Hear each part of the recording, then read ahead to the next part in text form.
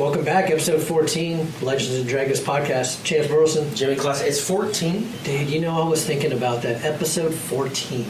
Like, when did we start? Like, obviously about 3.5 months ago? Wait. We started at 1. So did we start at 1? We did start at 1, so that means last week was 13.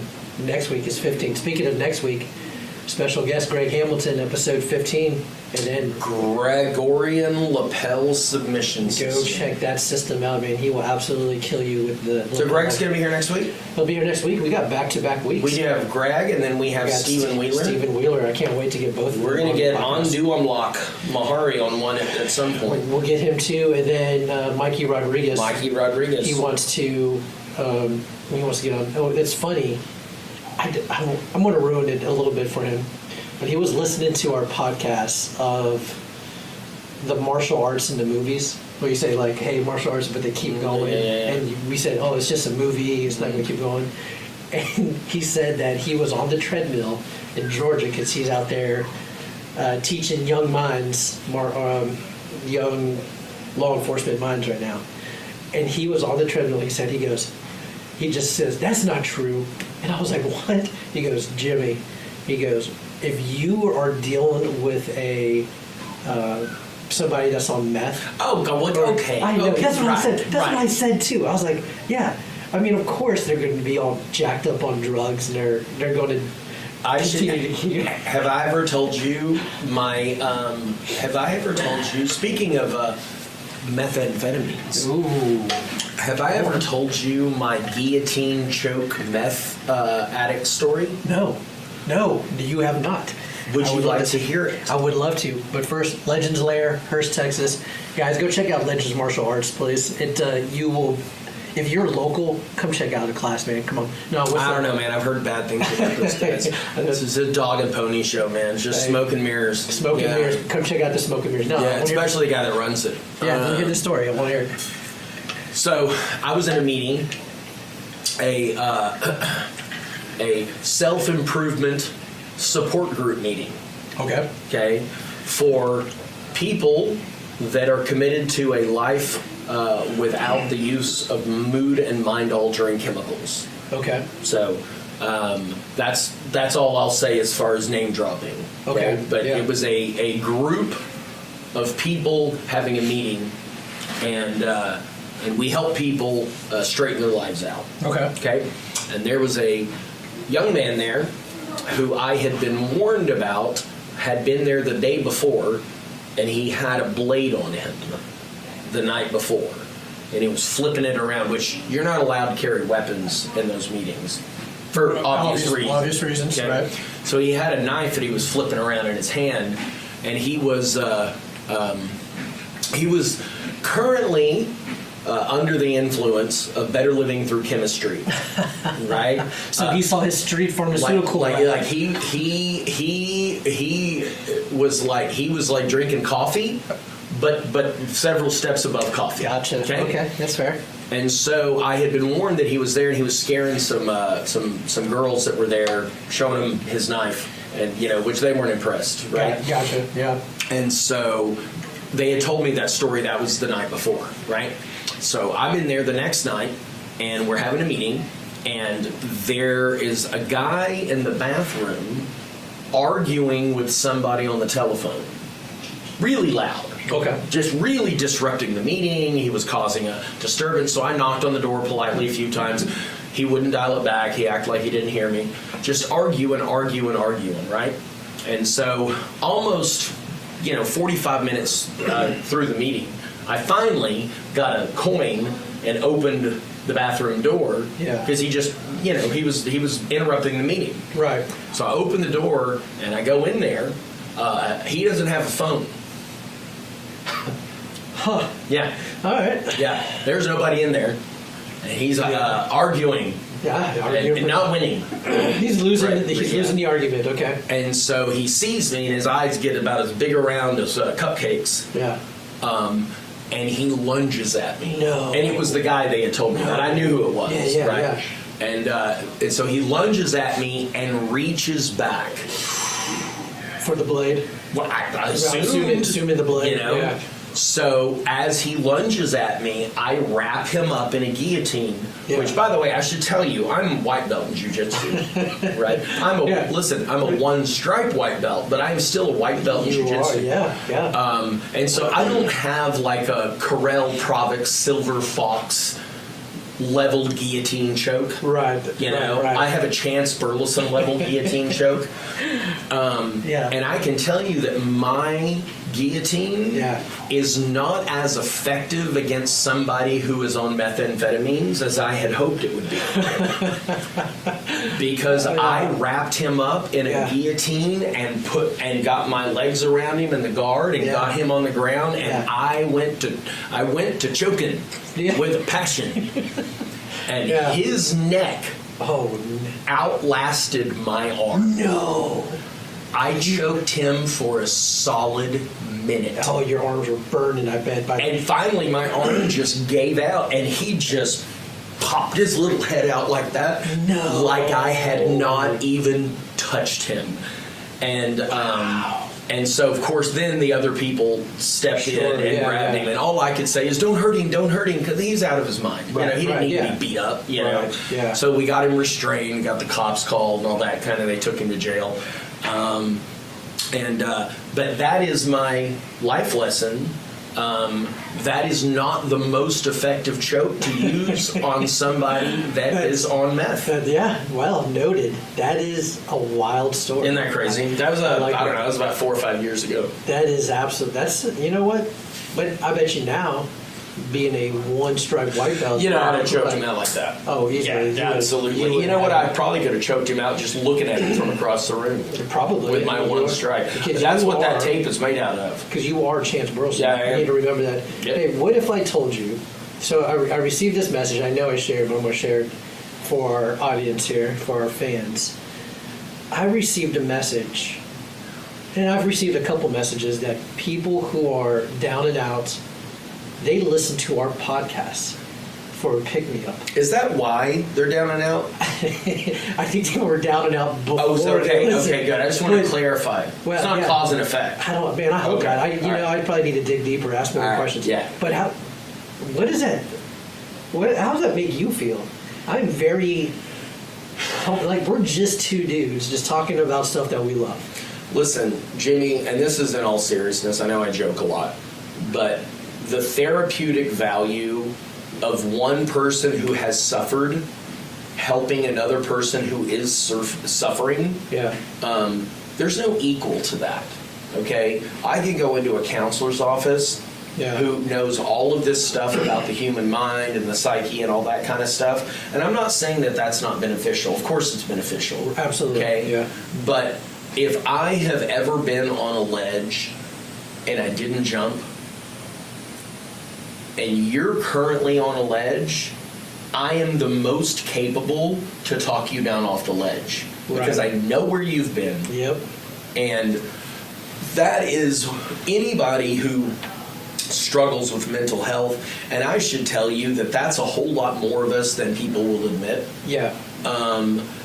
You really absolutely have to connect in an intimate way where people know you. With real, like I remember a conversation that you and I had kind of when we started this podcast where I shared part of my life history with you. Mm-hmm. You know what I mean? Yeah. That's what I'm talking about. Like not the surface stuff, but the real stuff. Right, yeah. And again, 4 quarters is better than 100 pennies. Yeah. You know, we don't want 100 acquaintances. We want 4 solid friends that, you know, that what the modern people call ride or die. Right. You know, where it doesn't matter what I tell you about myself. Right. You're not going anywhere. It doesn't matter what you tell me. You're not going anywhere. I'm not going anywhere. Right. You know, absolutely. That is the kryptonite to poor mental health. Yeah. You know what? And mental health. I think the word mental health has just there's a stigma. There's a stigma to it. Yeah, but I think mental health is, I say recently talked about. Was it the 70s or 80s where we really started hitting the surface of mental health? Sure. I think that, as you said, I use the example to my kids all the time. I use the example of Jesus, right? The example, he had hundreds of followers when he was here, hundreds of followers. But then he picked 12. 12 disciples, right. But then from those 12, he had 3 best friends from those 12. And so and I know I've used this analogy before, like the wedding cake tier, you have friends. Yeah. And then higher up. It is very important. And I know we talked about this last week with the Nikki Mills, the great Nikki Mills. Yeah.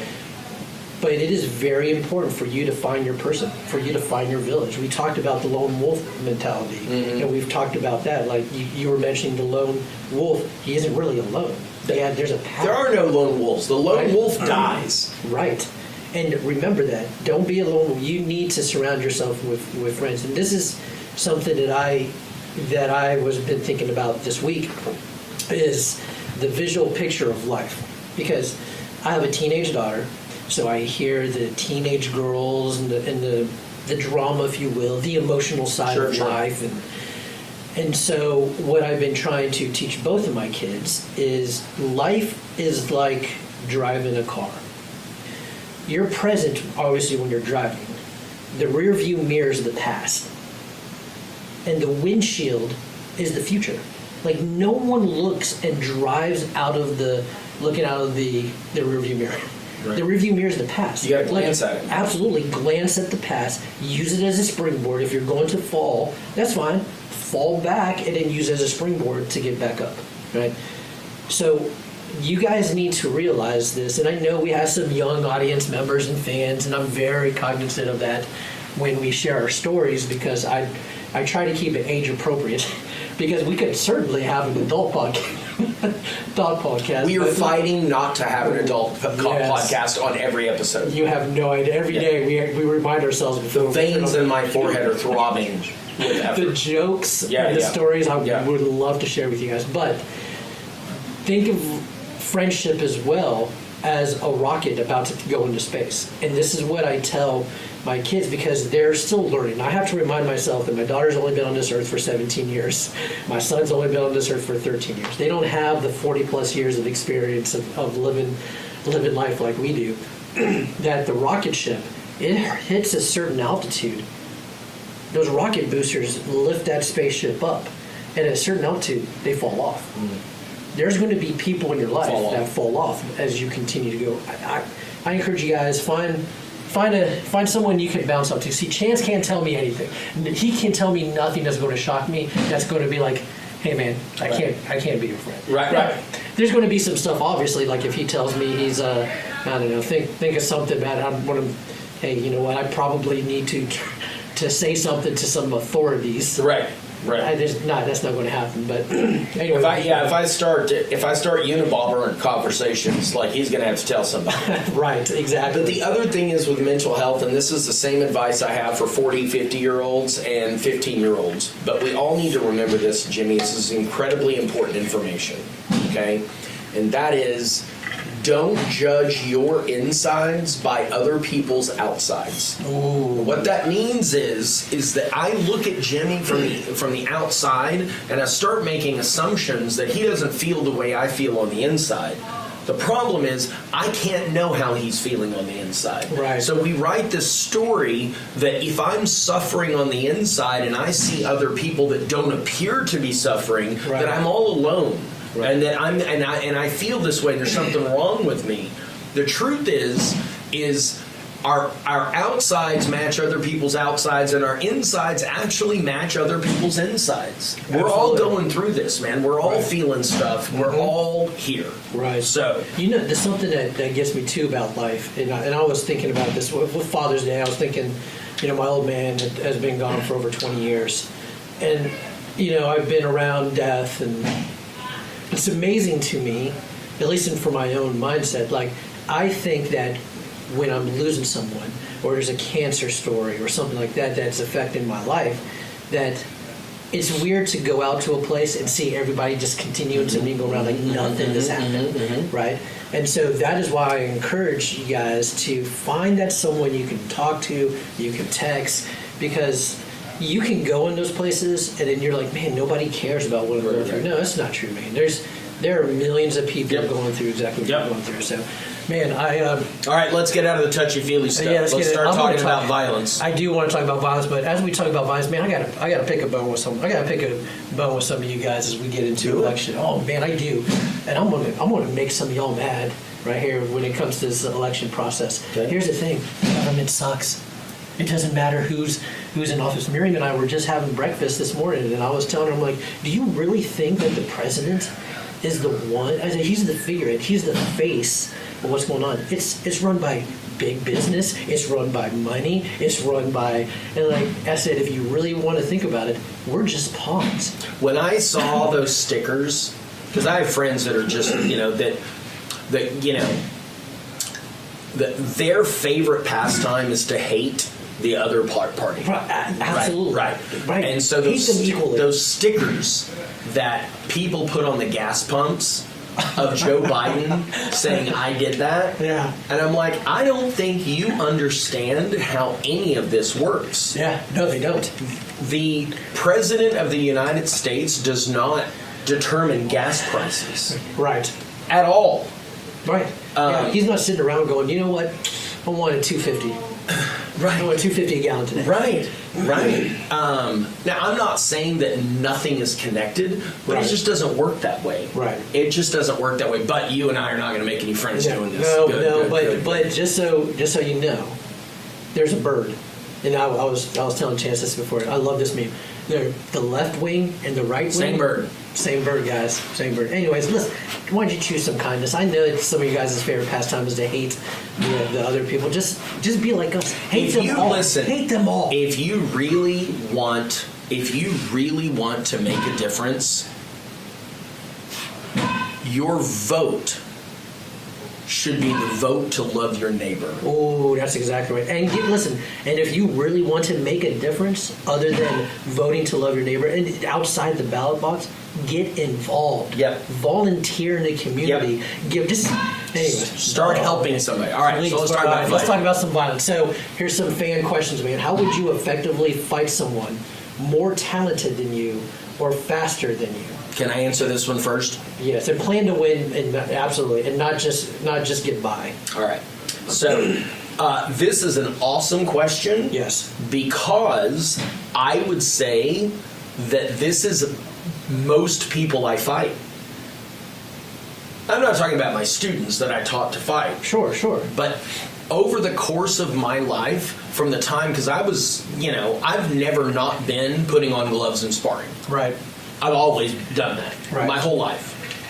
And I would like everyone in the television audience to know that I am a below average martial artist. No. I don't Show us. I always have been a below average martial artist. And what I mean by that is the people that I trained with when I was 10, and the people I trained with when I was 15, and the people I trained with in my 20s, most of my peers were more talented. They were faster and technically better than me. They just were. And here's the thing. People in this modern day now want to argue with me on that, but I promise you, I was there. I remember. Now, never underestimate continuing to train anyway. Absolutely. Because a lot of those people that were better than me when I was 10 and better than me when I was 15 and better than me when I was in my 20s are not better than me now. Right. Okay? But it's not because I'm good. It's just because I haven't ever stopped trying. Right. Okay? So there's a concept that several of my mentors talk about. That when I stop trying to be better, I quit being good. You understand what I mean? Say that again. When I stop trying to be better, I quit even being good. Okay? So, one of the things that I would say to effectively fight somebody more talented than you, faster than you, whatever, assume they are already. Oh, absolutely. Assume they are. That's the first step. And the second step is get really good at sparring or competing with people better than you. Absolutely. Get good at that. Because every time I'm with somebody who is technically better than me, I get better. Absolutely. Absolutely. Right? Yeah. So I think we're looking at this wrong. Right. Instead of saying, well, how do I beat somebody better than me? You should always be fighting people better than you. 100%. You should always be doing it. I do agree. I agree with that. And then the last thing I'll say, I told you, and I told this story on Honshi's podcast, when Jim Harrison looked at me and he said, hey, Chance, what do you think your best skill is? Yeah. And I said, I can really take a shot. Right. And he said, that's not a skill. Guys, and the late, great Grandmaster Jim Harrison, I beg to differ. Being able to take a shot is a skill. And I have an ability to continue taking punishment and so even if you're better than me, right, I'll wear you down.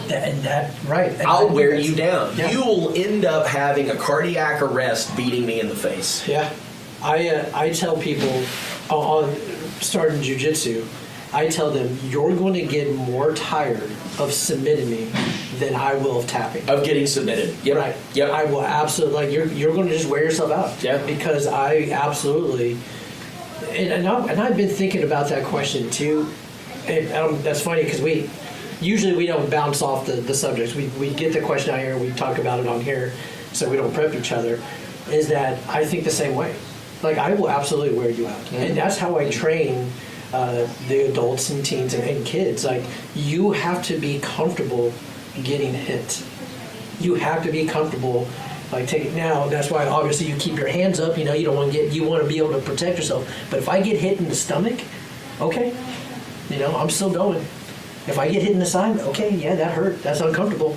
I'm still going. If we're rolling and you submit me, okay, I'll tap. But guess what? I'm still going. Mm-hmm. You're going to get a lot tired. I like obviously, I'm a big believer in fighting someone much more skilled than you.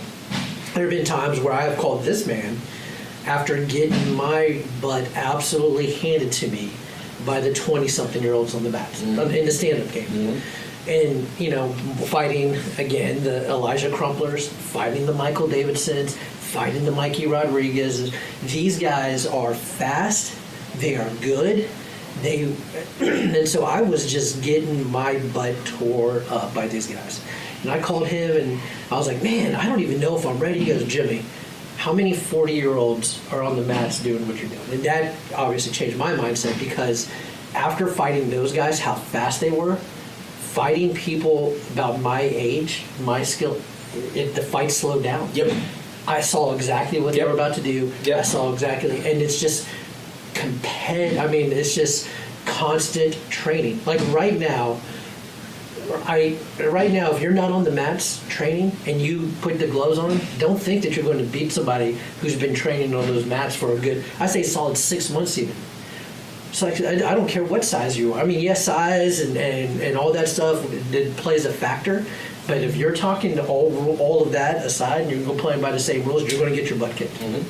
Easily. So you have to constantly train and you have to constantly be on the mats. And obviously comparing yourself, listen, there's a lot of folks I compare myself to, and I always say that good artists borrow, but great artists steal. Mm-hmm. I steal so much from other fighters that it's unbelievable. And by the way, and then I know that we're also talking about sparring, point sparring.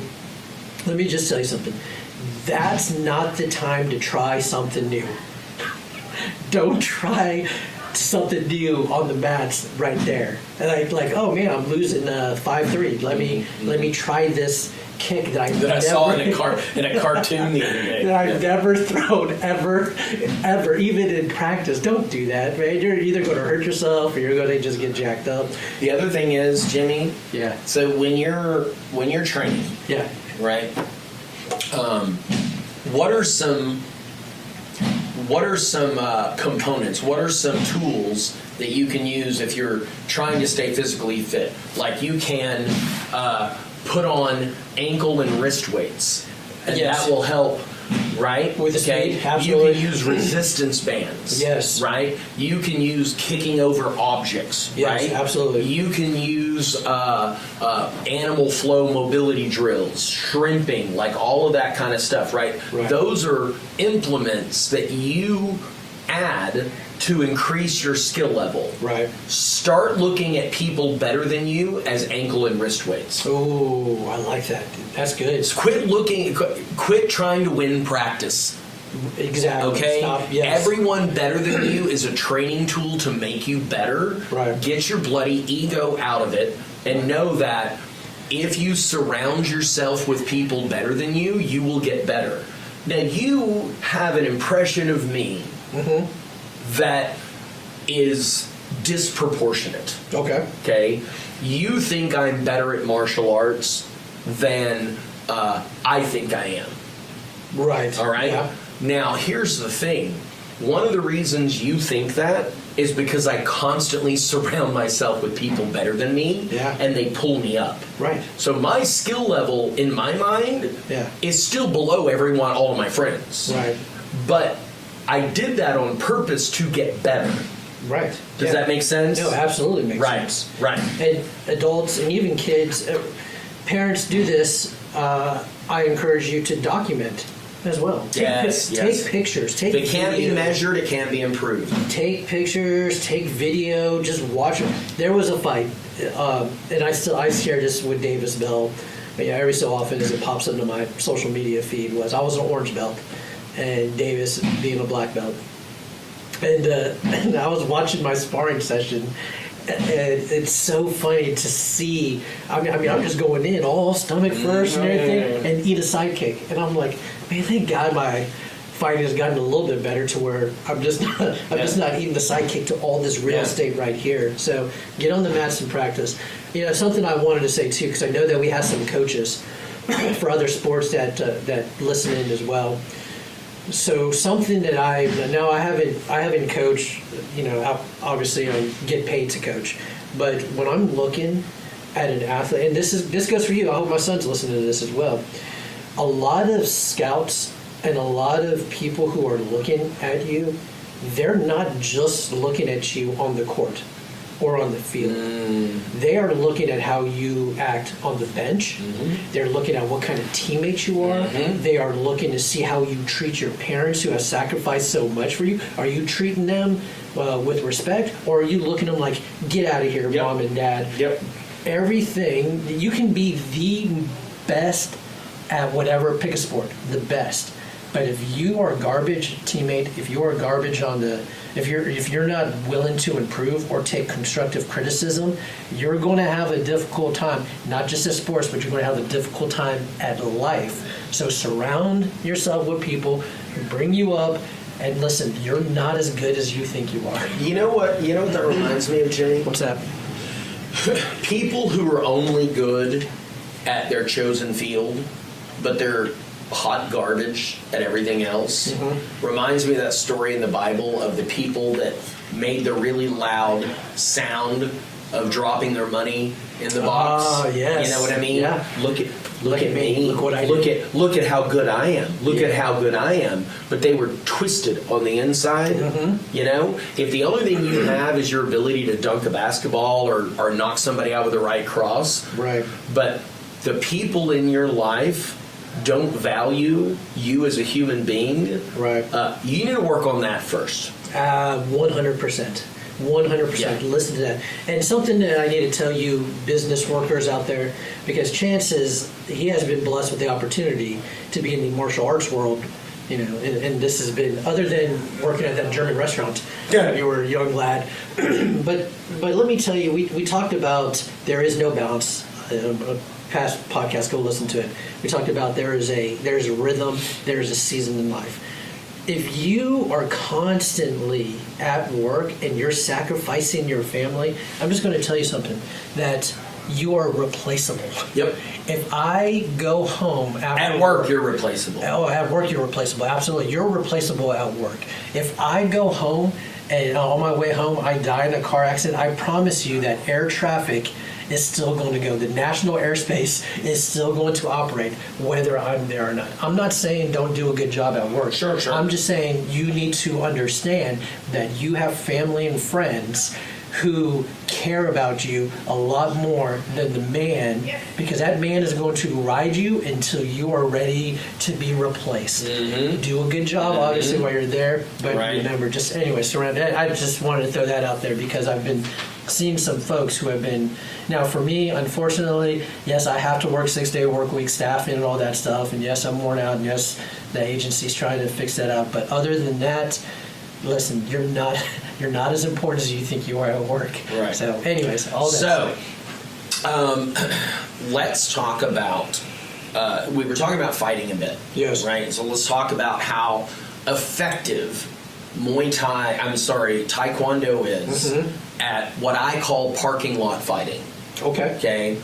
So we've got 3 kinds of fighting. Right here at Legends, we have three types of fighting. We talk about those 3 for Excel as well. Okay, so we have parking lot fighting. Okay.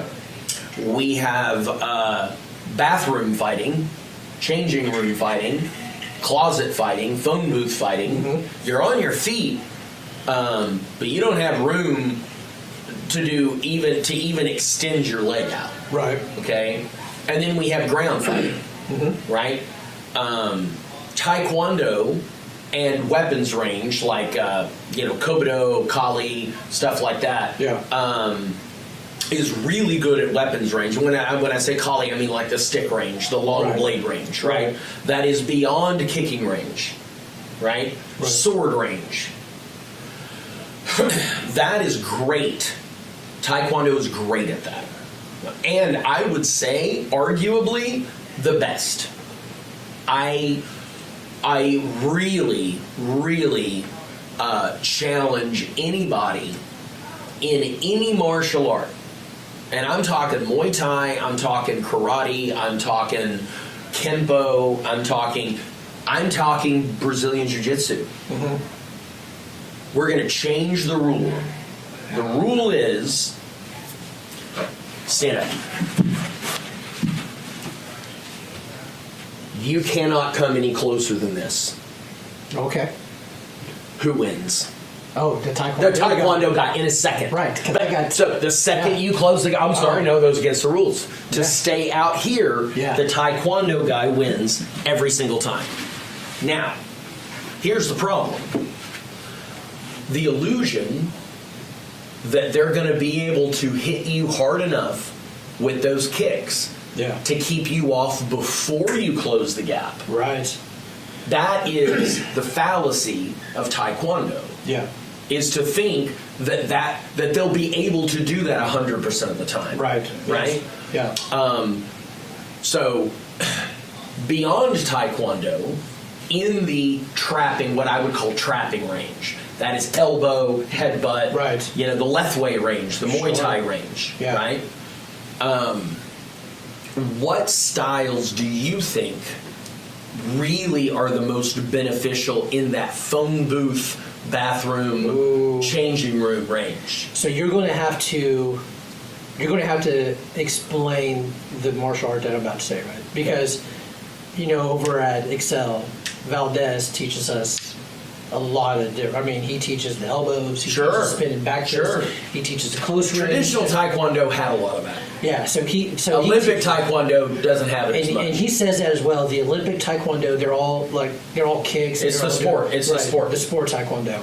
What we learn over there is not the sport Taekwondo. Yeah, it's closer to the ITF, which is the original style. So what we do at Excel, and I encourage you, we're like a melting pot, if you will, of different techniques. Valdez does a great job at teaching us that. Of course, we do the kicks. We do, we throw the jabs. A lot of good hands, A lot of hand stuff. The close range stuff, of course, I love, just watching the Wing Chun, I love how fast and what they do with their hands. And then I'm going to probably screw this up, so correct me. Is it Jeet Kune? Jeet Kune Do. Jeet Kune Do. That Jeet Kune Do obviously is Bruce Lee's style. Yeah. The translation of that is the way of the intercepting fist. Okay. Okay. So we do some of that as well. Yeah. And I love the rolling back fist. I love pawing their lead hand down and coming over with the fist. That's trapping. I love that. And if I'm close enough to my opponent, then I'm telling you, man, Valdez has such an amazing spinning back fist. Mm-hmm. He hit me, and I'm sure that FAA and medical stuff. He's fine now. He's fine. He's fine now. He hit me with with a spinning back fist so fast, boom, that I saw.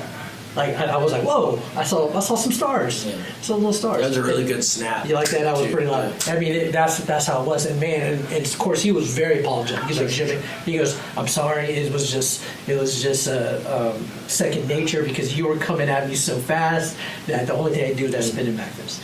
I said, okay. And he goes, I won't throw it again. And of course, what did I say? No. Throw it again because I need to learn. And so of course now the second time he throws it, of course it's a lot more controlled, but he still hits me, and I'm like, I need to learn. I think that you need to learn close range fighting. Absolutely. I mean, I think it's very important. So I like the Jeet Kune Do style. I love the trapping hands. I love all of that. I love the parking lot. I like that analogy you use. That's the first time I've heard it, parking lot. But I think something that we don't talk about enough is anything can be used as a weapon. Mm-hmm. Like if we're out on the street or we're even here, someone comes in, I'm grabbing these mics. I'm going to use this mic to do. I'm going to try to maybe use the cord to choke them. I'm going to use something to either distract or to injure or do something. We say, oh, martial arts. No, martial arts really is what's going to keep you survive. It's going to make you not dead, if you will. So anyways, I think a melting pot of all sorts of styles, in my opinion. If you can do it, great. And I know some of you guys are doing it just to stay fit and stuff, and there's nothing wrong with that as well. Some of you guys are learning to do tournaments and stuff. I think that it's very important to learn different styles. So one of the things that I've noticed, because my Kali teacher ends up being my inadvertent Wing Chun teacher as well, because he's a Wing Chun black belt. Mm-hmm. And Wing Chun and Kali, they weave together so well. They're like peas and carrots. They just pair real well. Yeah. They have a lot of the similar techniques. In jiu-jitsu, it seems to be the really good jiu-jitsu players, they seem to have a sixth sense of feeling somebody's energy and where they're putting their strength. Yes. Right? Yes. And to use their leverage against them. Right. Okay? That is non-existent in Taekwondo. Right. In Taekwondo, there is no physical energy to feel the other person doing because you're at a range. Right. The perception is sight. Yes. You know, seeing how they move, interrupting their rhythm, right. breaking their rhythm, stuff like that. But it's not a physical, tactile thing because you're not touching. Right. What I love about Wing Chun, Jeet Kune Do, Kali, Wu Wei Gong Fu, which is I'm going to start after I get my black belt in Kali, is it's a blend between Taekwondo and Jiu-Jitsu. Oh, okay. And here's what I mean by that. Yeah. Okay. So if you're right to right, okay, and your hand, this is what's called a training bridge. Okay. Remember the beginning of Enter the Dragon? Yes. When they're here, and he's like, "Wah!" You know what I mean? Yeah. Right. Okay. So the training bridge means that we physically are connected. Right. Which means that I can feel what you're doing. Right. So if you push in, I can feel that. Right. Right? If you push across, I can feel that. And so if you don't understand this energy, then when you get here, when you push, my instinct is to push back. Right. But these Chinese styles and Filipino styles, they will teach you how to move. Like, for instance, right. This is called, when you push against me, this is called a bong sao. Okay? So when I go here, you're walking right into my back fist. But there is a feeling that you get with these flow drills like Hubud and Poksau and Jetsau and Lopsau and all of these in there. I'm using two different terminologies. The Hubud is Filipino. Yeah. Okay. Poksau, Chisau is all about feeling energy. Right. And again, I think that the big mistake people make is by marrying one of these concepts and thinking that this is going to be the thing. Yeah. This is going to be the thing. Right. When really, I haven't seen a style of martial arts that handles everything. Yeah. I just haven't. Yeah, neither. I just haven't. I've seen every style of martial arts. It seems to be really good at something specific. Right. But not all of it. Not all of it. And the thing is, jiu-jitsu, I'm starting to believe that one-on-one might be the most effective martial art there is. Yeah. But you can't grapple two people. That's true. You can't. So even though you might be 100% in bed with jiu-jitsu, which I think is a good thing to do, right? Learn how to use a blade, man. Yes. Yeah. Okay. Right. All right. Here's a good thing. Okay. All right. I'm going to talk about Philip. Okay. Okay. Philip Bullock is my professor, and he is so crazy better than me. And here's the thing, he's also a striker. He's 5th degree black belt in Kempo. Yeah. He could kick and punch with me. Yeah, yeah. I'm going to go out on a limb and say that I might be able to out-kick and punch him. Okay. I might be able to, only because it's been so long since he's done it. That's what I was going to say. Exactly right. Exactly. I did it last night. Right. I don't know when the last time he's put on gloves and kicked and punched anybody. Right. Okay? Yeah. I might be able to out-kick and punch him just because I still do it all the time. Right. But the second he got his gorilla meat hooks on me, it would immediately be. Here's the thing. He could play with his food too. Oh, he no could doubt. grab a hold of. I could be trying to kill him. Yeah. And he could just. He doesn't even. Yeah, exactly. Like an adult with a kid, and they're just doing that. You know what I mean? Like he could do that to me. Yeah. Right. Right. So, this is hypothetical, by the way. I love Philip. He's my brother. Yes. I would never try to end his life. But if he turned to the dark side, or if he became possessed, okay, and a kill chance demon, okay, took possession of his faculties. So he's the Vader. He would be like Vader. He'd be like Vader. Okay. Yeah. So Vader. Yeah. Okay. But he's not. He's a Philip. The Philip we knew. Right. Has been killed by the dark side of the Force. Yes. Okay. Yeah. And he decided that killing Chance. Yeah. Was his mission. Right. Yeah. So it's not Philip. No. But can Vader. do everything Philip can do. Yeah. Okay. What do I do? Yeah. Blade. Yeah. The blade. That's the only thing I could do. Yeah. It's the only thing, or a firearm, but I don't like firearms. So, do you think? I think I would fare so well in a medieval fight that I would still be alive today because I did so well, like the Highlander. There could be only one. Greetings, Highlander. So, which, by the way, greetings, Highlander. Yeah, is spoken by a Japanese, Spanish, Scottish immortal. Have you looked true? Yes, that is. We're going to dig into the medieval fighting in just a second, but I have a question for you. Go on. Why did Sean Connery not have to change his accent no matter what person he was playing? Because you noticed? Yeah. Did you notice? Like, it didn't matter. He's Russian, right? Hunt for Red October. Right. Right? He still sounds Scottish. Yeah. Yeah. Japanese guy still sounds Scottish. Like, we love Sean Connery so much, he didn't even have to change his accent. No, because he knew that we loved him. Like, no matter what. Apparently. Yeah. All right, how would you do in medieval? I don't know, man. That shield, I think the shield would be the one that bothered me.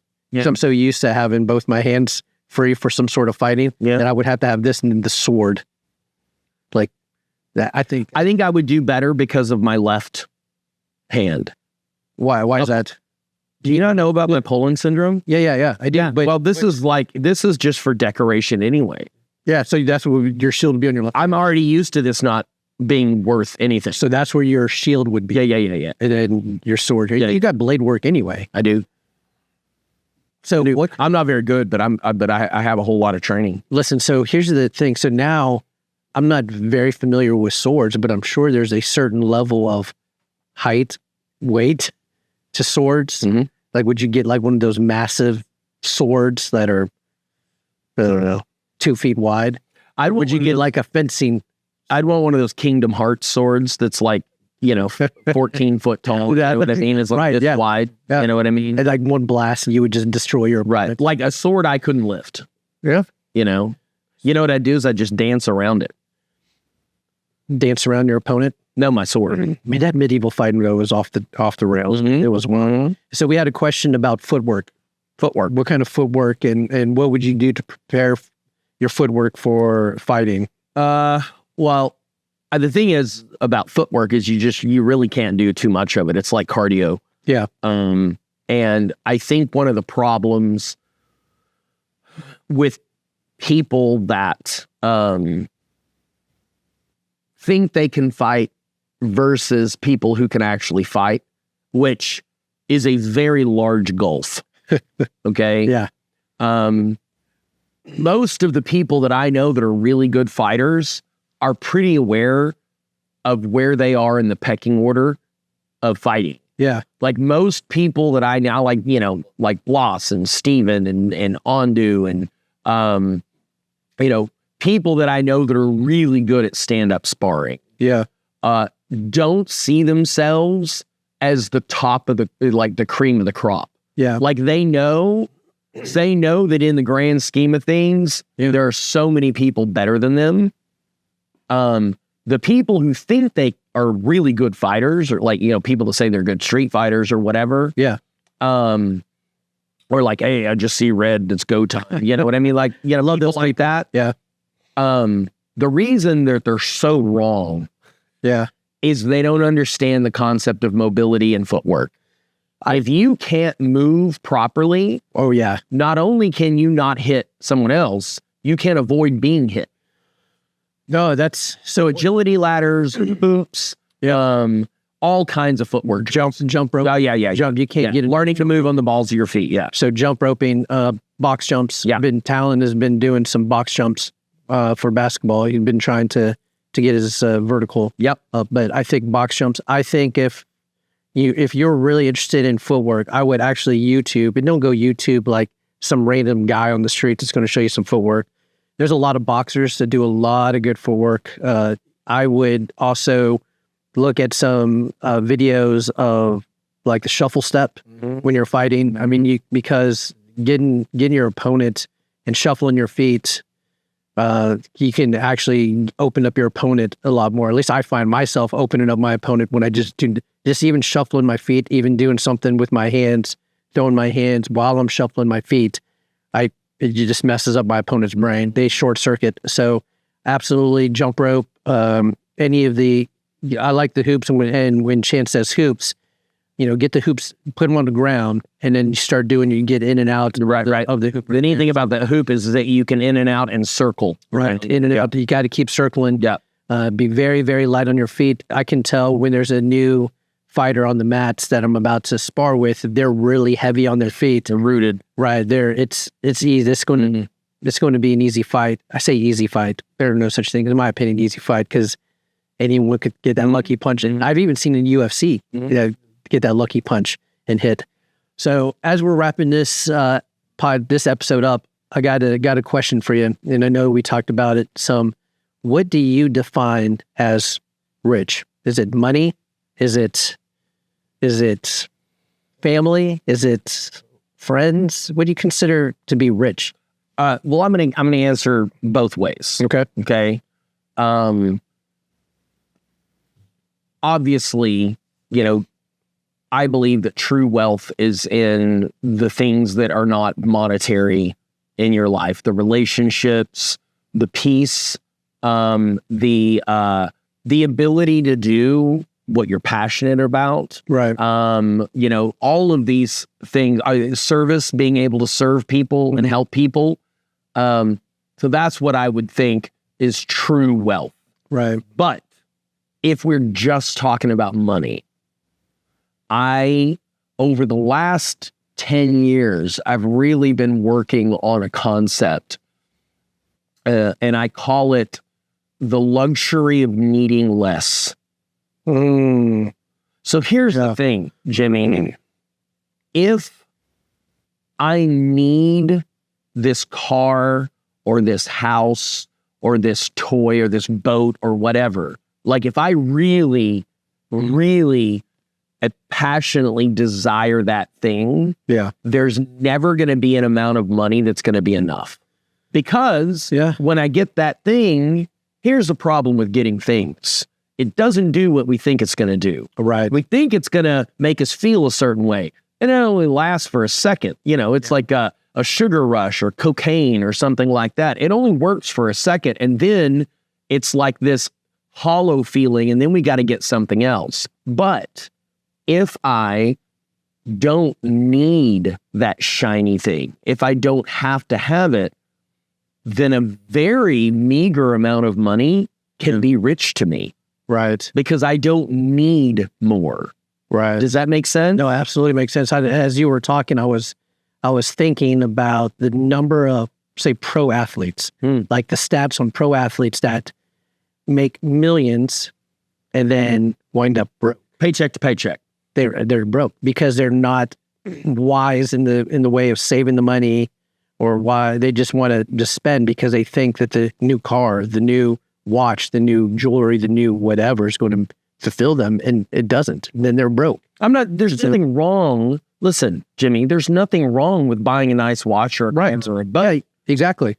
Unless you're trying to do a thing with that spiritually and internally that it's not going to do.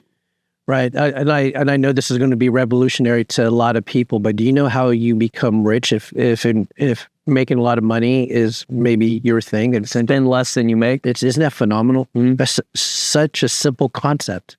Well, you and I see this. This is a real big popular thing going around on Facebook about the amount of median or the amount of income that a single person needs to live comfortably. And it's over $100,000, and for a single person. And I'm like, what do you need? Where are you living? I don't make $100,000 a year. Do you make $100,000 a year? The point is that as a single person, wouldn't $100,000 a year be way more than enough? Yeah. Like as a single person, now maybe, you know, if you've got 2 kids and a family, I mean, that's a different story. Yeah. But what I'm saying, and do you know what the amount was for a family of 2? Like $212,000. Who is doing these? Listen, to live what do you call comfortable? Right. And that's something else too. Like for me, I am very comfortable. Like I just got rid of my 1999 Camry. Right. What year are we in? 2024? Right. Yeah. Last year. Yeah. So for me, being comfortable is different than somebody else. Well, because here's the thing. I don't make the amount of money that they talked about. Yeah. But I don't feel broke. Right. I don't feel broke. Yeah. You know? But I also don't need a new TV and a new car and a new this and a new this and I don't need that. You know how I just saw how rich you were? We just had Nathan. Yeah. Right. Very high level video producer. Right here, helping our poor man's podcast with the sound. Right. Because you're surrounded by individuals. Right. That's how rich you are. Well, and that's the thing. I would, at the drop of a hat, be there for him. Absolutely. And to me, that's also a definition of, in my opinion, wealth or being rich is you are who you hang out with. You are surrounded with. And I couldn't spend an amount of money to get that. Yeah. Isn't that crazy? Yeah. Absolutely. Hey, guys, we appreciate your questions. We appreciate you guys following us. Follow us, Spotify, on YouTube. We're going to probably dabble in some other platforms as well because our audience has slowly grown, which we appreciate. Sure. Others don't. Right. Others did. Yeah. Others don't know why they listen to us. But listen, episode 14. Thank you guys for subscribing. And I know that you noticed possibly that that our clothes changed in the middle of this. Mine didn't. We're trying. Oh, did they not? Okay, so we're trying some costume changes, or what happened is, I don't know if you've ever heard of the Mandela effect, but like that movie with Sinbad that did that didn't exist. Yeah, we did. Shazam. Yeah, Shazam. Yeah, no, it didn't. No, it didn't. I didn't change shirts. I didn't change shirts or shorts. These are not the droids you're looking for. That's not the droids. Guys, thank you so much.